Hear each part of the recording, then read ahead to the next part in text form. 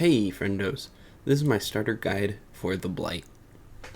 The point of this guide is to be quick and helpful to newer players, allowing them to get their feet on the ground and learn the basics of the killer. I'm not going to go into a whole lot of detail as it's just the starter guide, so I wanted to keep it as general and brief as possible. Let's get to it. The Blight, he's your standard 4.6 speed killer with 32 meter terror radius and average height.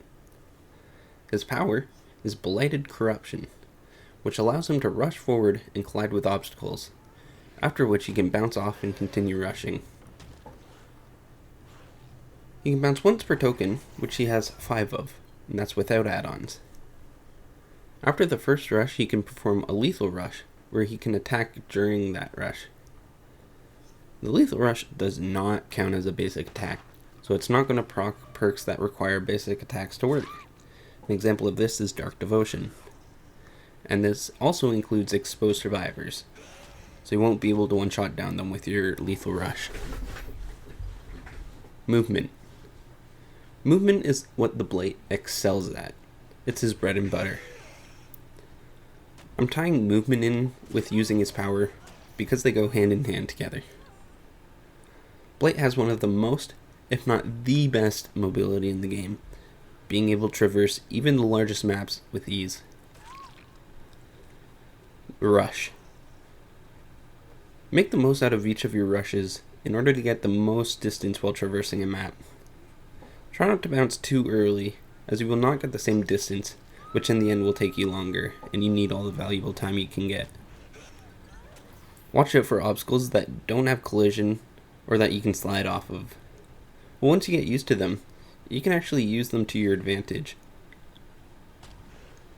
You get a brief period after each rush to adjust for the next, and during that brief period, you can shimmy a short distance. This is especially useful in indoor maps, tight spaces such as doorways, and as well it makes for a nice mind game to help make survivors hesitate. Lethal Rush. During your lethal rush, you can use it to break drop pallets and breakable doors, which is a good idea to end rushes, do that, but that's of course if there's no survivor near you to attack. When you go for a lethal rush attack, you can turn before the attack during the rush, and then once again when you start the lethal rush attack, so you can still maneuver and rotate in order to make turns around corners and get hits. These are called flicks, as you flick your camera in order to achieve this. It takes a little bit of practice, but it's super useful for Blight. This can also be used to adjust for survivor movements if they try and change direction last second. Lethal Rush has a huge hitbox when you first go for the attack, and definitely want to use this to your advantage. Imagine the hitbox as a big cone around you. That means that you can basically be inside of a survivor, and even sometimes it looks like they're behind you and they still get hit. So try and get as close as possible to survivors in order to secure the hit. Playing loops. Blight handles loops better than your average killer. That's because you can use your power on certain loops, and can also use his powerful mind games, like I said, with the break between each rush. It'll help you be unpredictable. What he excels best in loops is actually following up after a hit. So a lot of the time using your regular M1 strategy at loops is ideal, because then you can use your power to follow up and get that easy down. The best way to play smaller junk rock loops is like normal, as they don't take much time, and a lot of the time you can't really get a good bump hit and lethal rush attack in. Add-ons. It's always best to learn a killer without add-ons. It helps understand their base power. And then once you get comfortable with it, you can start experimenting with add-ons. It's okay to learn the Blight with the Monocle add-on, as it helps you get an understanding of his collision, but I wouldn't rely on it for too long. Besides, Blight isn't really that difficult to learn his collisions. Blight has decent add-ons overall, with a lot of them being able to create some very unique playstyles. yet you don't need to rely on them in order to play effectively.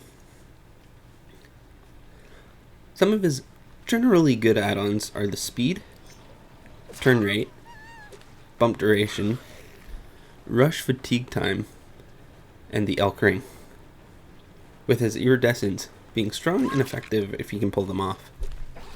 Again, almost all of his add-ons are viable, at least to some degree, and just because I didn't mention them doesn't mean they aren't good whatsoever. So experiment with builds and find what works well for your playstyle. Strengths and weaknesses. His strengths. Like mentioned before, he has incredible mobility. It's what makes this killer so good, which means he's good at chases and following up on his hits.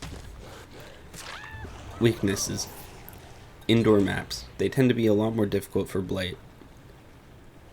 You gotta watch out for survivors juking and faking, which kind of ties in with the line of sights, which can hurt you if the survivor plays them well, but also can help you if you mind game it.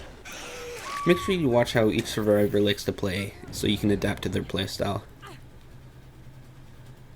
Tips and tricks. Be patient when going for attacks. You can bait out dead hards, and even use an extra bump if you need to in order to secure the hit. It's best to spend an extra moment and rush token if you can, to miss an attack and let the survivor continue chase. Learning maps is incredibly useful for Blight, and learning the collisions will help your gameplay immensely.